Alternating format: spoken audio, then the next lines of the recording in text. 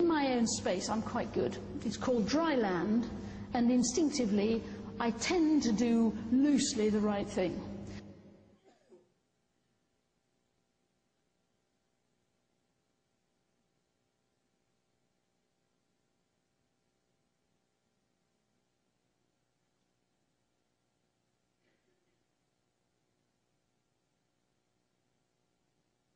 When I get out to sea, I never do this on purpose, but almost inevitably I make a mistake. The kids would tell you that story and many others of disasters on boats that involved their mother.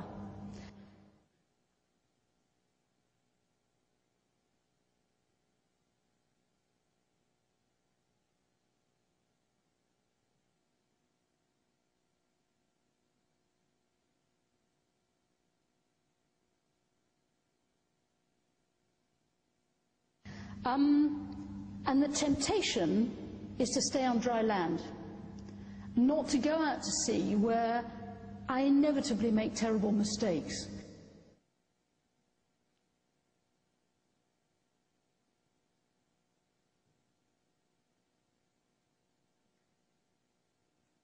But somehow I think you have to force yourself to move outside the space and the land that is familiar.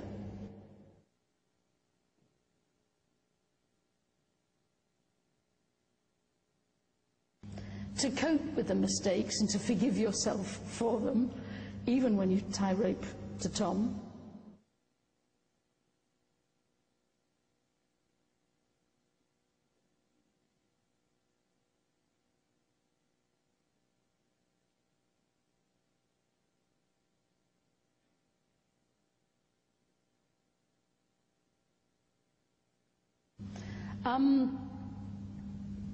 And to remember also that sometimes the option of just staying on dry land isn't there, that actually the world will come in your direction. It does require you to move outside your own bubble occasionally, and so you better get on and get used to it.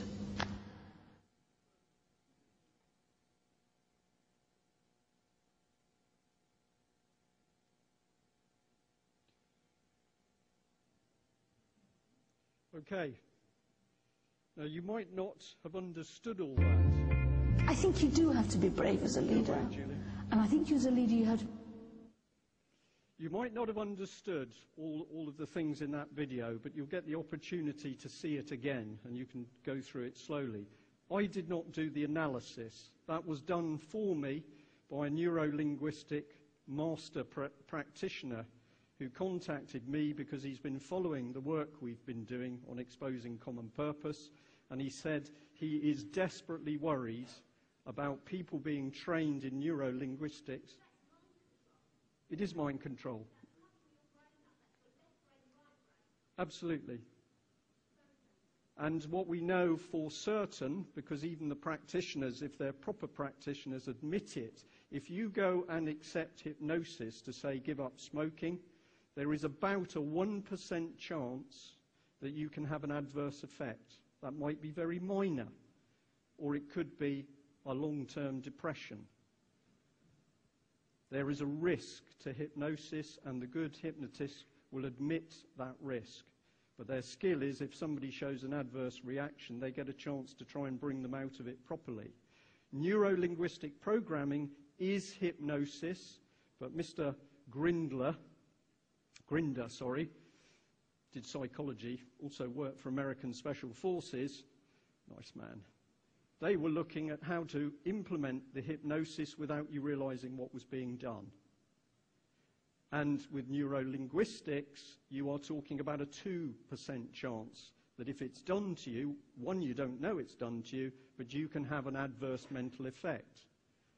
Are we noticing children committing suicide?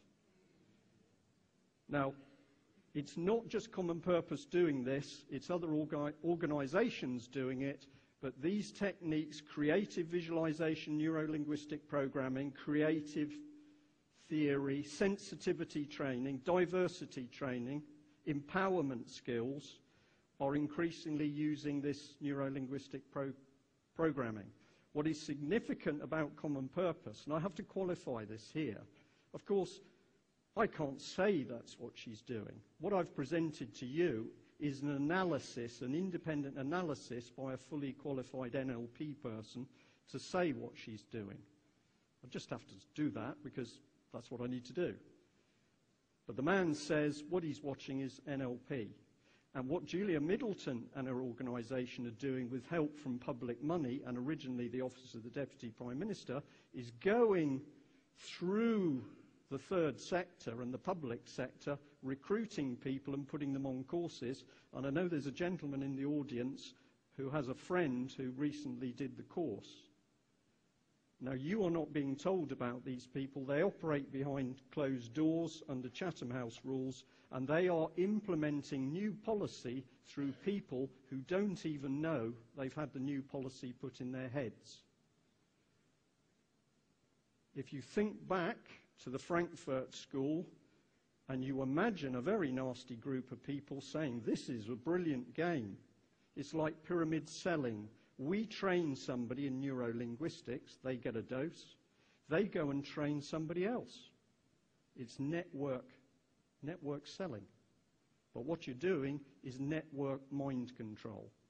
And this is why when you talk to people about common purpose, if you challenge them, talk to them about golf, holidays, and then ask, are you involved in common purpose in any way?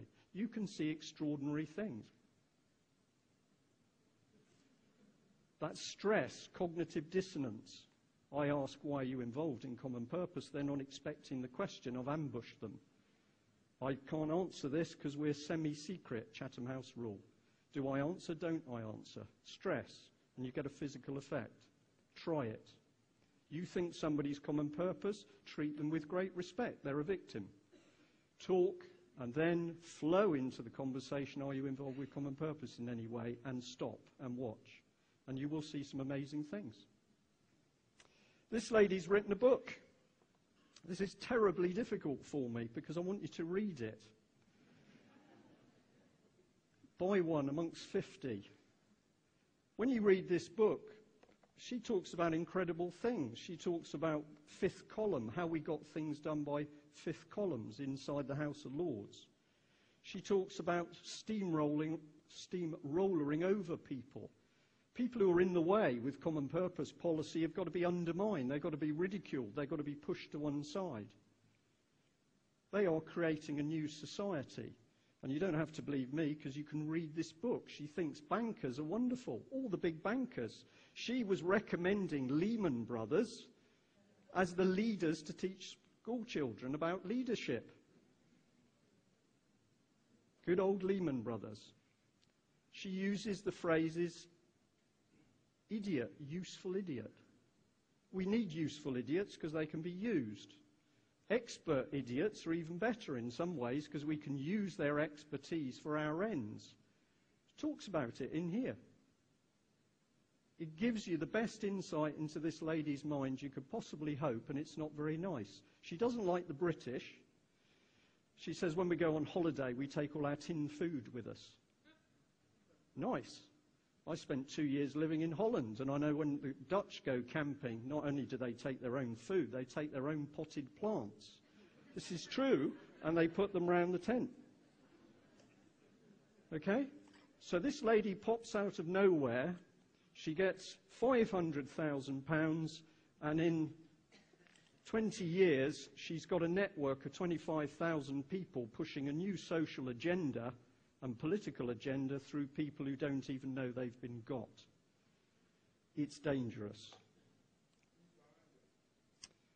Who is behind them? Where does the money come from? We know they're connected in with Demos because Julia Middleton was connected with Demos. And we know that Jeff Morgan, the man who created Demos, was the man who actually wrote the book saying we should remake charity, the hidden hand. So all you've got to do you remember the change agents that I had down the left-hand side in one of the earlier slides? Who are the Roundtree Trust? Who is the Young Foundation? Who's Demos? Who's the Work Foundation? Who are the Fabians? These people are in the shadows.